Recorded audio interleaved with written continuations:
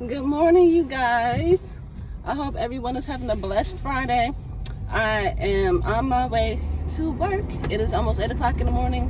Let me roll my windows up. And I'm actually running a little behind, but I figured that I would take you guys to work. Well, not to work with me, but you guys can ride with me to work.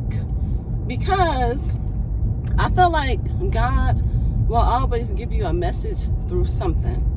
Okay, so this is the story. I have a 16-year-old daughter. I have 3 children, you guys. If you haven't put it together by now, if you've been watching my videos, 3 children, 16, 10, and 3. Yeah. So my 16-year-old, she goes to a technical high school, and her homeschool has not yet started school. They don't start school until Monday. So the technical school does not provide transportation. The homeschool is provided, and since her homeschool is not in session, they are not sending the buses out to pick the kids up from their homes. So they have shuttle buses. However, you have to take your child to the intermediate school, and that's where they catch the shuttle, and that's where you pick them up at 2 at the end of the day. So whenever her homeschool doesn't have school, and her school has school, they do the shuttle situation. So kids who walk are and that's for kids who walk in general. They catch the shuttle anyway, because she was a walker last year, and she caught the shuttle in general. But for kids who usually ride the bus, they go to the school and catch the shuttle. So hopefully you're following me with this. So the buses leave at exactly 7:30. My daughter knows this. This is the same time they left last year. The situation has not changed. We leave our house at 7:15. That's ideal. That's the time I would like to leave my house. 7:15. All right. I get up. I've been up, right? But I get up, like up, and I give her a warning. It was 7:10. I said, I'm going to get in the car.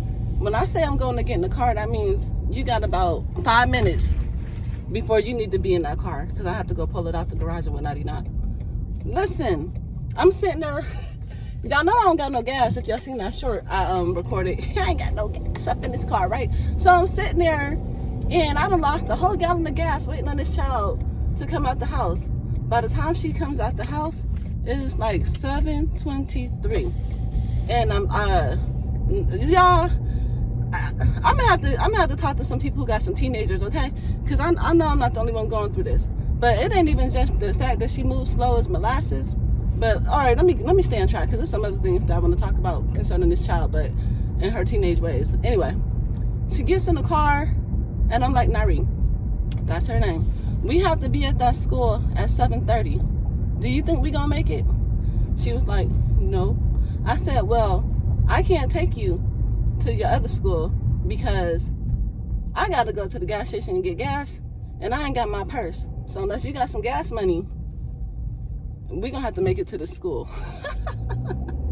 Yeah, because her other school is about 15 minutes away from my house, guys. So I put the pedal to the metal, and I'm speeding, trying to get this girl to the school to catch the bus. We got there, thank goodness she wasn't the only one lady, there was one other person. We got there literally a minute before the buses pulled off. And what I was explaining to her is that when you are on somebody else's time, you have to be considerate of that time. You know, I'm trying to be at work. She didn't know because I didn't tell her. But I was trying to be at work at a certain time this morning because I have things to do this afternoon, and I don't like rushing. So I try to plan my day to where I can have smooth transitions throughout my day, because I'm the type of person that becomes overwhelmed and very frazzled if my schedule is thrown off. I'm not a person of what do you call it, guys? I'm not a person who likes change that much. Like, I'm a planner to an extent, all right? So I have my day scheduled out. I have a plan. And my daughter interrupted my plan. So I get her to the school, and now I'm rushing to get home because I want to be at work by 8 o'clock. My job is 15 minutes away from my house, which is not that bad. Listen, guys, it's 8 o'clock and I'm still in my car. Anyway, my mom, because my younger two are not in school, they don't start school till Monday. My mom, who happens to live right next door to me, is watching them, and she came out of her house. She thought I was going to work. She was like, "What you doing?" I was like, "I gotta go in the house and get ready, get ready for work." I sat there and explained the whole scenario and the whole story to my mom. Anyway, y'all, I'm getting off track, so let me get back to point. All right, the point is that I told my daughter she needs to be considerate of other people's time. When you're on somebody else's time, you have to take into account that I'm out there waiting on you. I'm waiting on you. My daughter was up, you guys. She was up since about 5 o'clock this morning. When you are up that early, there is absolutely no reason, no excuse for you to be running late. Because if you up that early, that means you got time to get up, get yourself together, do what you got to do for the day, and you ready to go. Like, if you all set and you good, then you can lay around, you can chill, you can do whatever you got to do. But make sure that you are prepared for your day first. Don't wait till the last minute and decide, oh, I got to do this. I got to brush my teeth. I got to pack my bag. I got to, you know what I'm saying? Don't do that. So what I was getting from that story, because sometimes when things happen in my life, I try to look at it like, okay, Lord, are you telling me something through this? And what I get from this, guys, is that we have to be respectful of God's time. We have to remember that we're on his time. He's not on our time. And he's been waiting for us since the beginning of time. You know what I'm saying? So it's not right for us to make him wait any longer.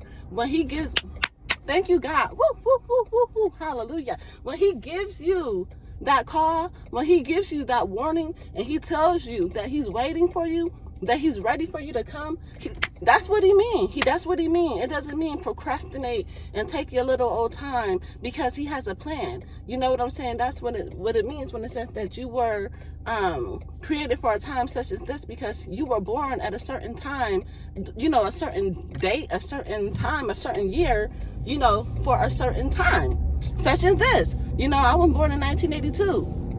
For a time such as this. You know what I'm saying? So we all are born at strategic times. He plans everything down to the last minute. He's a great God, and that's what he does. And so we got to be mindful, guys, that we are on his time. He's not on our time. We have to be ready when he calls, so that we don't miss what he has for us, so that we don't miss the call. You know what I'm saying? Because I could have easily, if I had to go, I could have been like, you know what? You're going to have to walk. You're going to have to figure out another way. You're going to have to ask grandma.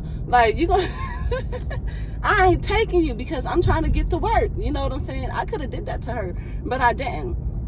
First of all, if she walked, she never would have made it. Okay? She wouldn't have made it to that school. She definitely wouldn't have made it to her school. All right? So I was, either way it goes, she knew she was going to get to school. She might have been late, but she was going to get there.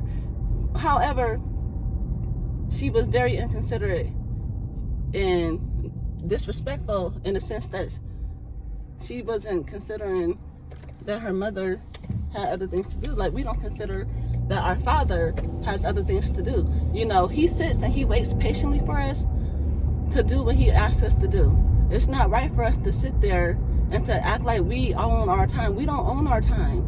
When we say our life is not, ooh, a dare. Okay, y'all. When we say our life is not our own, truly, our life is not our own. Our life belongs to God. Our time belongs to God. Everything that we go through, everything that we experience, everything that we are, it belongs to God. So that's just the message that I got from my situation this morning. I really pray that this helps someone out and gives you an understanding of how important it is to obey God. When he calls, answer the call. When he tells you to come. When he tells you to go. God has been teaching me lessons all week, and I would say they have not been easy lessons. And the biggest lesson that he has taught me is that you do not make a move until I tell you to make a move. You don't go before me, because when you go before me, then now you're gonna put yourself in a situation that's dangerous. Now I gotta try to get you out of this situation and turn things around, because you decided you want to jump ahead of me and jump ahead of time. So that's what I've been going through, guys. I've been learning how to be patient. I've been learning how to wait on God, and I've been learning how to be more obedient to God, because that's one thing he told me, that discipline is key. And I can honestly say I haven't been that disciplined as of recent, because there's certain things in my life that I want to move and they're not moving quick enough for me. But like I said, it's always a message through the mess. And I felt like, you know, I'm not the only one who God speaks to this way.